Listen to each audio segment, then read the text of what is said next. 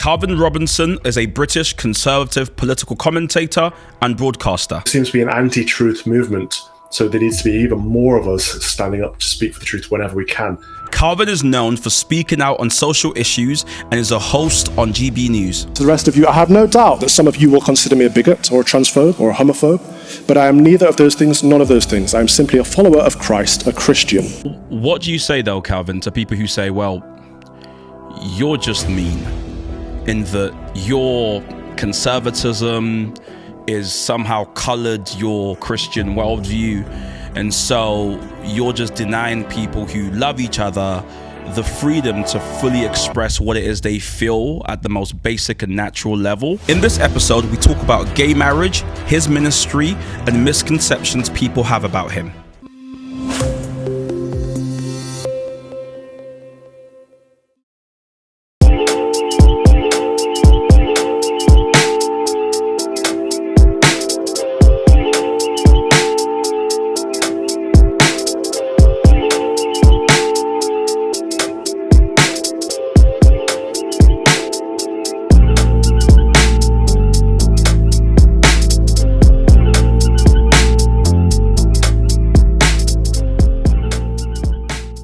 For a lot of people, they got to know you sort of, I guess, over the last 2 years as a political commentator. You were quite obviously vocal during COVID-19, all those restrictions. You were also vocal during the Black Lives Matter movement. So have you always been doing sort of ministry and sort of Christian ministry, or what came first, and that sort of thing? Oh, good question. No, I think it all happened at the same time. I think many of us try to keep our heads down and not say anything that might be deemed controversial because we want an easy life. But there comes a point in any man's life where you just have to stand up for the truth. And I think we all know the truth in our hearts. There is one universal truth, even though we live in an age where everyone seems to think they own their own truths. But standing up for the truth is so important. And I just fell into the habit of it, really. I don't think it's always spiritually or emotionally good for me or for people in general, but it's something that we have to do. I think it's something that we're called to do. So yeah, you're right. I started speaking out on education, on COVID situations, and on wider cultural issues that are coming to the forefront at the moment, because there seems to be an anti-truth movement. So there needs to be even more of us standing up to speak for the truth whenever we can. And I've been very grateful for the platform that I've been gifted, and it's my duty to use that platform for the truth. Let's talk a bit about the truth as you describe it, because I was talking to you privately before that one of the recent things you done was you went to the Oxford Union, and there I actually love the Oxford Union. I watch it all the time. They have really interesting speakers, and there was a debate going, and I forgot the topic. I think it was about sort of same-sex marriage in the Church of England, if I'm correct. It might be something slightly different. And you spoke, irrespective of whether we agree or not, I think you spoke super confidently and with a lot of conviction about what you believe. And just for people who don't watch that debate, what was your position exactly in that debate about same-sex marriage being blessed in the Church of England? Yeah, that was a hard one, Mike. That was really tough, actually. The Oxford Union invited me to speak in opposition to a motion that said this house supports same-sex marriage in the church. Now, as a Christian, well, any Christian should be able to tell you that that's not possible, because it's an oxymoron, same-sex marriage, because marriage is the sacrament of holy matrimony, which means a union under the eyes of God between one man and one woman. It's therefore heterosexual and monogamous. Now, that's not even at the stage of passing a judgment or not on any other lifestyle, any other type of relationship. That's just saying that that's what this one is. Marriage is a man and a woman, one of each. Anything else can be called anything else, but to call it marriage is undermining what marriage is. So of course I said, yeah, I'll happily come and take part in that. So it was me and Dr. Ian Paul. He is a fantastic theologian on the opposing side, and that was it. We were against 3 bishops and a student, really rude, ignorant student, actually, that had no understanding of theology. I don't know why people do that. Argue from a point of ignorance. It never makes anyone look good, your own side or the other side. And then there were 2 students on our side who were just shills, essentially. They got up and said, we do not believe in what we're saying. However, it's like, don't enter a debate if you can't argue for the side you're debating on. If you can't play devil's advocate without a caveat, don't play devil's advocate. Do you know what I mean? It's just a complete waste of everyone's time. So what ended up happening was 6 people against 2, me and Dr. Ian Paul, which was hard enough, but the entire chamber pretty much were against us to begin with. It's one of those things where within a certain environment, universities are very woke, liberal, metropolitan elite environments, especially universities like Oxford, you're going to expect that. But I mean, we walked in expecting to lose, but it was a very hostile, very negative atmosphere. It wasn't pleasant at all. It was one of the hardest things I've ever done, actually, debating in an atmosphere like that. I don't think it's something I want to repeat anytime soon. Yeah, I mean, I was going to ask, what was the reception like? So yeah, they were hostile, but did they listen to you? Did you feel like the debate was interesting in that you heard different perspectives? Or did people come with so people came with ideas and essentially stuck to their ideas? Yeah, I didn't enjoy it at all. I don't like the Oxford Union format. So I've done, Durham Union, Cambridge Union. They're better, much better. At Oxford Union, everyone gives a speech, like roughly 10-minute speech, and then that's it. So it's not really a debate because you don't get to come back on anything. And the bishops were not just promoting heresy, they were factually inaccurate. So it would have been amazing to have a bit of a roundup. At Durham and Cambridge, you get to sum up at the end. So you get to respond to some of the points the opposition or the proposition have made, and you get to respond to, at Cambridge, you get to answer questions from the floor. That's always very interesting to get a dialogue going between the people, even though, Cambridge is just as woke as Oxford, and it was an awful experience there too. I think Durham is the best one so far. But there's no back and forth, so I really didn't enjoy the format. And the reception was horrible. There was someone who swore at me. You might have noticed in the video I said, mind your language. It's just petty, immature, and the current thing in universities is not wanting to be challenged, not wanting to hear a different opinion. At the start of the debate, the chairman had to say, look, we've had lots of contact from students who said this debate shouldn't even be happening, but this is what we're all about. We're all about debate. And actually the Oxford Union was set up at a time when you weren't allowed to question theology. So now it's so important that we maintain this. But people don't want to be challenged, which makes me think that they're not actually that comfortable in their beliefs to begin with. And there was a room full of people like that. So no, it wasn't very pleasant. And I came away from it feeling very down, very drained spiritually and emotionally. And but thankfully, the video, it took a couple of weeks for the video to get up. But since the video's gone up, the reception has been completely different. And it's been so fruitful, I think is the right word to use, in that people have heard it and it has made a difference for people. And that's all I can ask for, really. Well, I know some people listening to this and watching this maybe they're not Christians, and so they think this is maybe much ado about nothing. They're a bit confused as to why it's such a big issue. But in a way, the debate is sort of, it didn't run parallel to the debate that was going on in the Church of England, because, of course, for those who don't know, the Church of England recently actually affirmed bishops being able to essentially bless same-sex unions within the Church of England.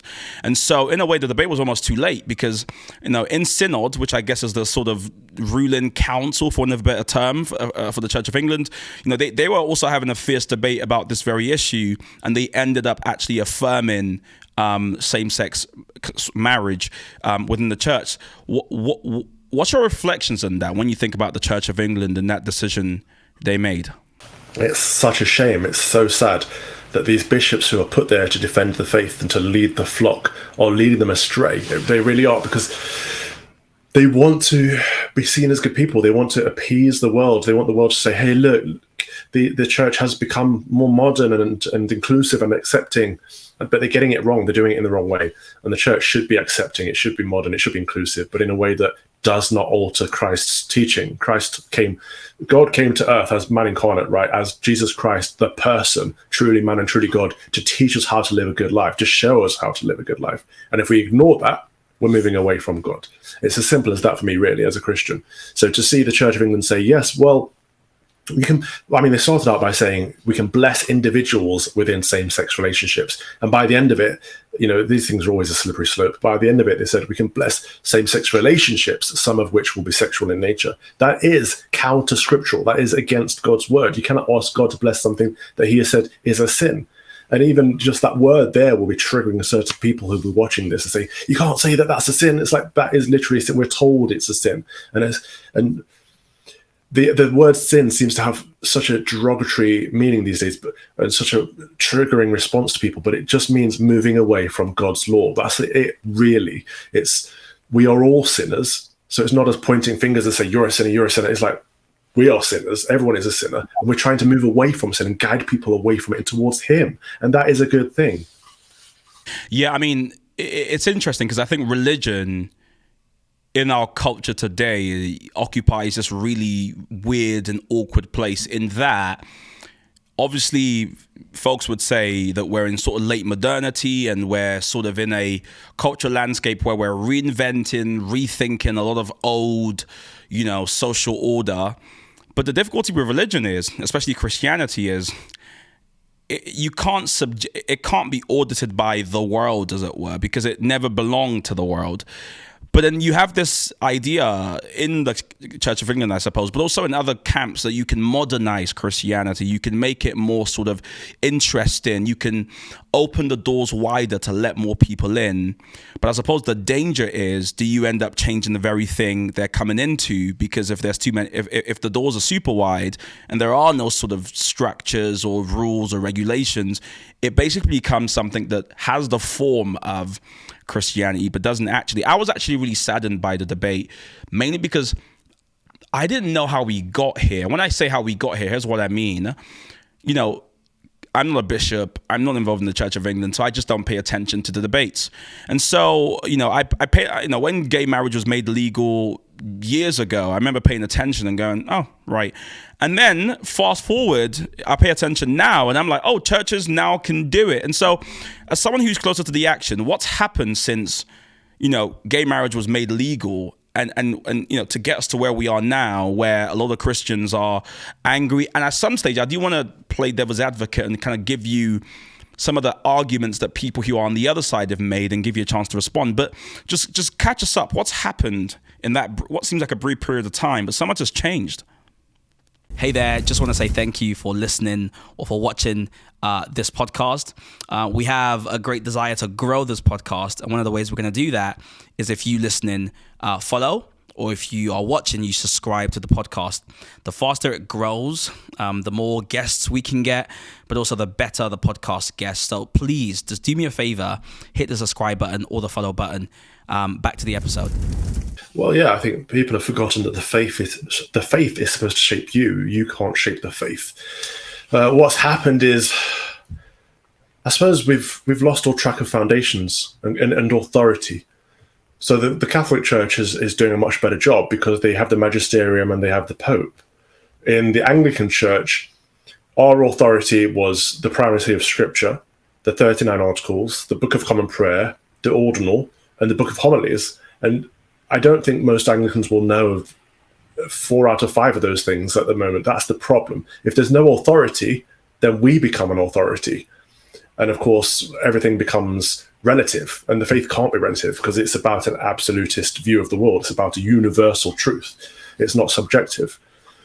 So what's happened, I suppose, we've tried to look at the faith through the world's lens. For example, you said there is a secular law that now allows people to be married in this country now, regardless of their sex. Now, I would say that's pointless because there was already civil partnerships, so there wasn't a need for the word marriage to be undermined in this way. However, people look at it in terms of equality and say, we want equal marriage. And it's not about equality as in everyone being the same and having the same things, because that's not what happens in the eyes of God. In that men and women are equal, sure, but that doesn't mean men and women are the same. And we have a very contemporary understanding of that word equal. In truth, men are faster, stronger, more powerful.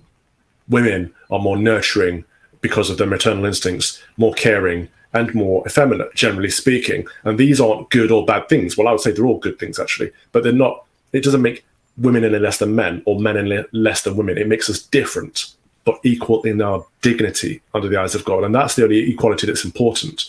And in the secular world, it seems that people want women to be men and men to be women, more and more so at the moment in all kinds of different debates. Well, what do you say, though, Calvin, to people who say, well, you're just mean in that you're conservatism is somehow colored your Christian worldview. And so you're just denying people who love each other the freedom to fully express what it is they feel at the most basic and natural level. And actually, your use of the word, say, woke and, left wing, you haven't said in this conversation yet, but these sort of words, folks may say it's just dog whistles for the right wing who see gay marriage as sort of the next step in the breakdown of social order. And so this is just another political thing and not actually Christian whatsoever. I would say that my faith dictates my politics, not the other way around. And so if people that say, oh, I don't like that word or that word, and that's a dog whistle and that, I try not to listen to them, because you can't even engage with people like that, to the point that they're looking for something objectable. They're looking for something to object to, and they're not taking my content or the context of my words. They're taking the surface level, and that means that they're not willing to engage and find common ground. They're not willing to engage in good faith. And they're using these words to shut down what I'm trying to say. And if I played their game, there's very little I'd be able to say, because this movement of political correctness means that what's fashionable to say today isn't fashionable to say tomorrow. And I can't live like that. I can only speak from my heart, right? And if people find the words offensive, I would say try to look beyond the words and look at the meaning. It's the meaning that's important. And then if you find the meaning offensive, that's fine. Then we can debate that. But I can't get behind that message. But to people who say, look, it's about progressing and all of that stuff, the argument of progress is a very interesting and dangerous one, because everyone seems to assume, not everyone, but people tend to assume that progress is linear. And as we go on in time, we're always making better progress. Therefore, we are better people than the people who were around when the Bible was written, as an example. I think that's quite arrogant of us to assume that we're better in some way based in some subjective view of morality. I don't think that's true. I think societies rise and fall. I think progress goes up and down and round and round. And sometimes societies make mistakes. Sometimes cultures make mistakes. And we have to be willing to be introspective enough to understand that not everything that's happening now is better than what was happening 10 years ago. Yeah, I mean, that's a really powerful point. I was meditating on that just this weekend, this idea that you're right. We often see progress as linear. And so, we overassume or overesteem our wisdom. For instance, historically we had very hierarchical sort of social structures, especially in biblical times. And I suppose people think, okay, that's problematic. And maybe, the sort of strict hierarchical order of Paul's day probably was, it was repressive. He openly talked about slavery and told slaves to obey their masters. So clearly there's a sort of social order that's problematic. But I suppose the run towards the other end, which is this sort of individualistic, I rule myself, I define my identity by looking inward, and I'm not connected to anything, and I sort of live in this vapor, in this abyss of, floating identification. That's probably also an issue.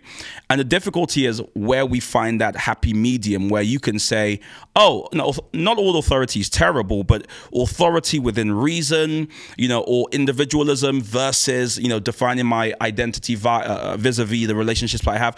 This sort of balance is what people seem to be struggling with. And I guess the question I want to ask you next, which I guess gets to that, I think the reason why a lot of people struggle engaging with some of these deep issues, and if we move away from gay marriage for a minute, is because of the binary nature of how politics is done these days.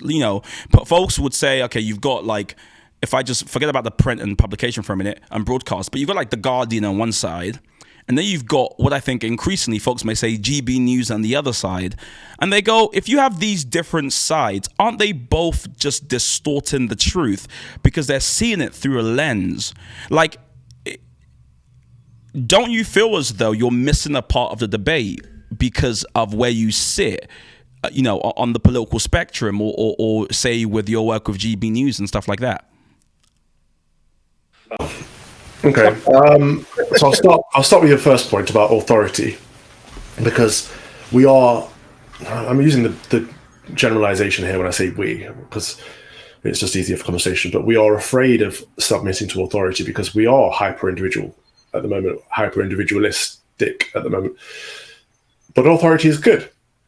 I'll give you an example. A child doesn't know what they can and cannot do without authority. They need parents to set those boundaries so they know how within those boundaries they can operate. And that is actually what gives children freedom, because they have freedom to operate within those boundaries. When a child doesn't have any boundaries at all, that child goes haywire. They go kind of loose. They're set loose, and it's not a good thing for them. It's not a good thing for their parents. It's not a good thing for society. And that's the relationship we have with God. This is why we call God our Father, because he sets the boundaries that we are supposed to operate within to have a good life, to have a good relationship with him and with each other and with ourselves. And we have free will, so we can choose whether to submit to that authority or not. But if we don't, we'll be worse off, just as a child will be worse off if you say to them, you cannot cross that road. You can play on the street, but don't cross that road. If they happen to cross that road, they might get run over, or they might get lost, or something else horrible might happen to them. There's a reason for the boundary, but they still have the free will to operate without it. Yeah. And that's why individualism is worse than submitting to some authority. I'm not saying all authority. However, the biggest concern for me about individualism is that it's idolatry, because all of this looking inward for our own identity means that we're making gods of ourselves rather than looking outward and looking upward to God. We're looking at us as our own gods, and that links back to where we started the conversation, in that everyone has their own truth, and it's, I'm living my truth. But what does that mean? You're setting your own rules and you're setting your own agenda.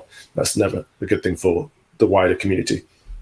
And then to the final part of the question about Guardian versus GB News and that kind of thing, I don't see it as a spectrum from left to right in that regard. I would say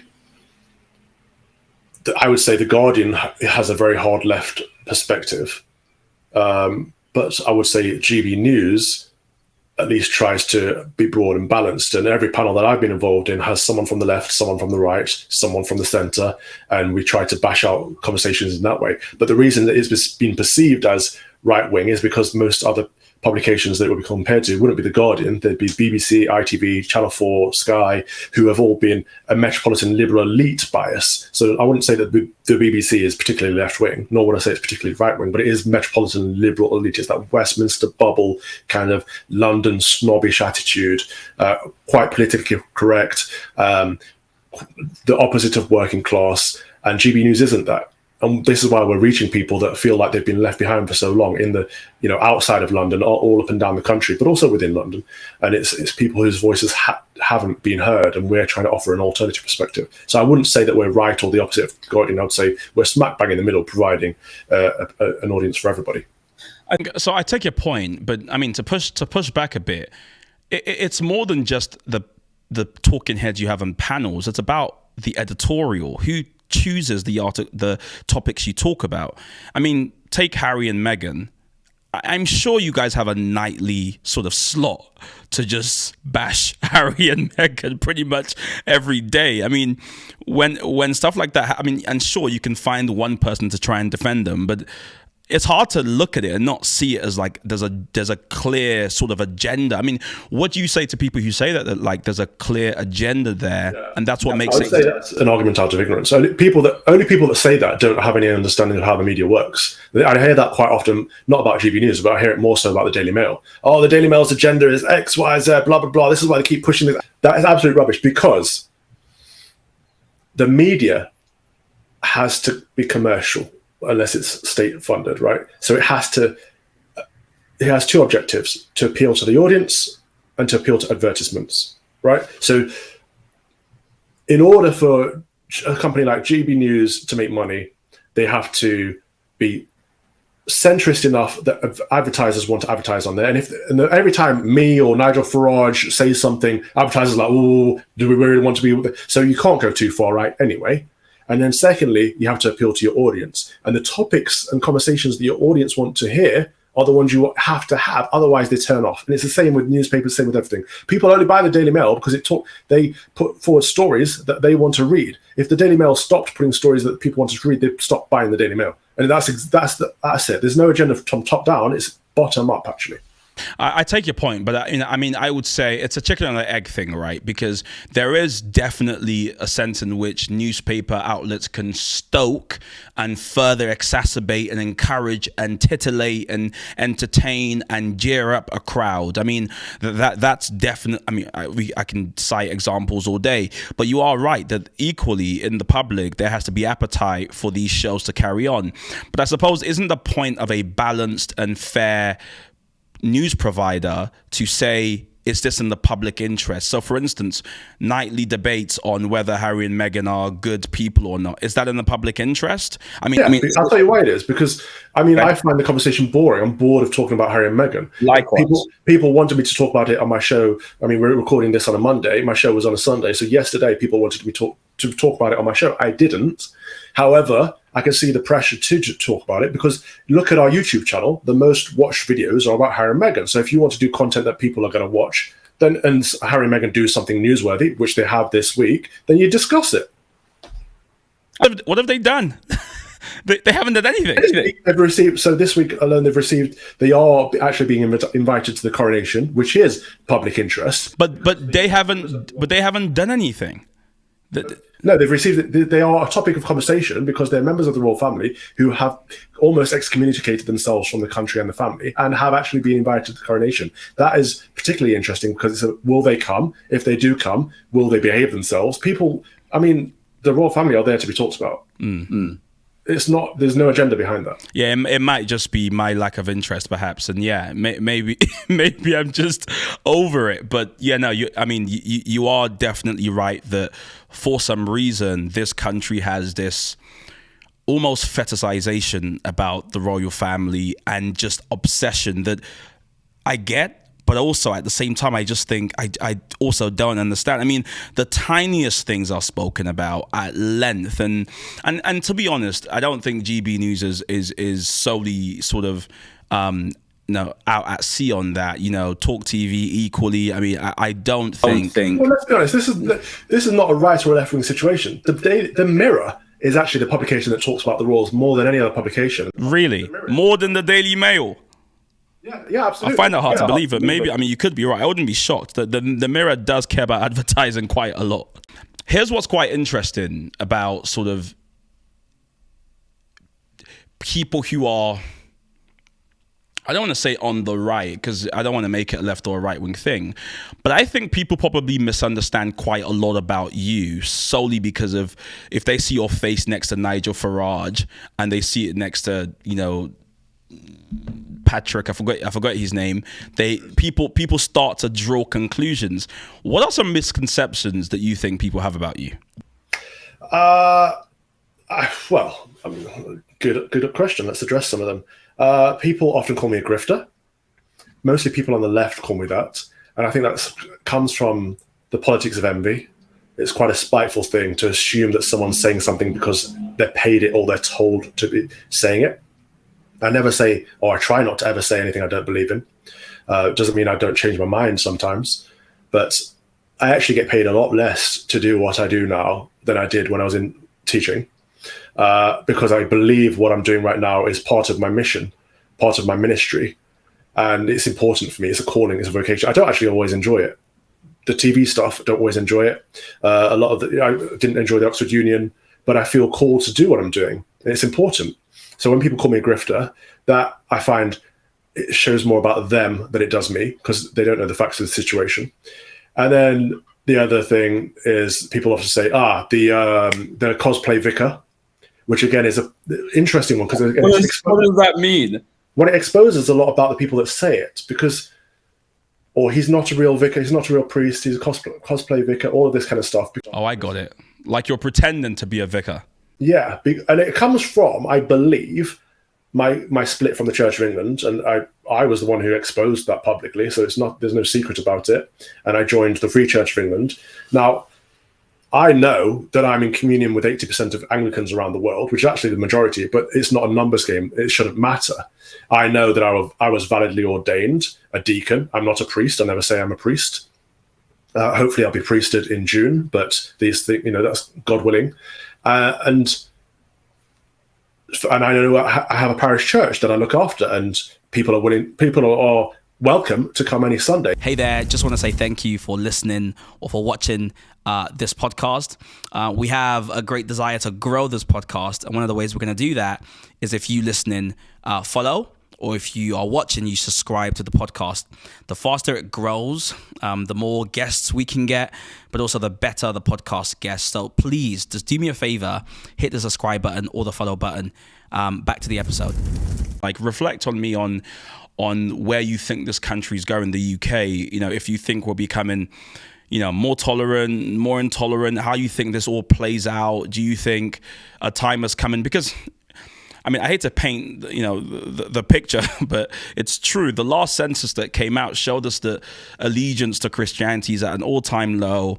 You only really have to walk into a random church to go, where's everyone? You know, it seems as though, you know, increasingly so, less people are going to church. And so, I don't know, do you think you're part of like a dying breed? Do you think that a revival is afoot? I mean, what are your thoughts when you reflect on just the plight of Christianity in the UK? That Christianity is the most persecuted religion around the world, right? So we should have some kind of empathy for Christians around the world, but we don't seem to. And we're helping people of all other creeds and religions around the world. We don't help Christians very often. But in this country, we're not persecuted, but we are seeing a growing intolerance towards Christians. And it's not just Christians, it's anyone with traditional British values, actually, which come from Christian values. Because, and I will use the left and right dialogue, because it does seem to be people on the left who used to argue for tolerance have lost the meaning of the word. They still use that word. We need to be more tolerant of people, of different types of people, but then they're intolerant of anyone that disagrees with them on anything. So on the issue of marriage, for example, I've quite clearly said that I believe as a Christian that marriage is between one man and one woman. And the people that will say, no, you can't say that because we need to be more tolerant, are the ones that will shut me down, being completely intolerant of my view. And all of this that we've talked about today is pretty much is me struggling with the idea that some people cannot take on board my views and my values because they're intolerant of them, while at the same time saying that my views and my values are what are intolerant. There's a completely different perspective, a completely different worldview, and society seems to be going down two different tracks at the same time. And unless we can unite, it's going to become more and more divisive. The Christian faith will never die because it is rooted in truth, because Jesus Christ himself is truth. But the Church of England seems to be taking a nosedive. That might die. And the church itself will never die because Christ won't let it. But what does that mean? Does that mean we are heading for some kind of revival? Does that mean we're heading for some kind of reformation? Or does it mean that, you know, as a nation, the British Empire sent Christian missionaries out to the colonies to send Christ to disciple the nations, essentially? Is it time that we ask for people to come here and evangelize us? You know, especially people in the African continent who have managed to maintain an Orthodox faith. I think it's time for them to come home and bring the gospel back because we've forgotten it. Well, on that note, Calvin, it's been great speaking about this particular topic. We've got to get into the studio at some stage. I know we spoke about this, so hopefully we can talk about more topics as well. But thank you for taking part in this discussion. And yeah, as ever, I think I'll just be watching more. I mean, if you got another speech coming up, send it to me, just to watch how you know. I think even the way we're speaking, I enjoy, because we don't line up politically, at least on all issues. But again, the whole point of a democracy, what makes it interesting, is to have people who have just different ideas. And so you can kind of shop and kind of click on different things rather than shutting down debate. We'll never do that here. So thank you for being part of this conversation. My pleasure. God bless you.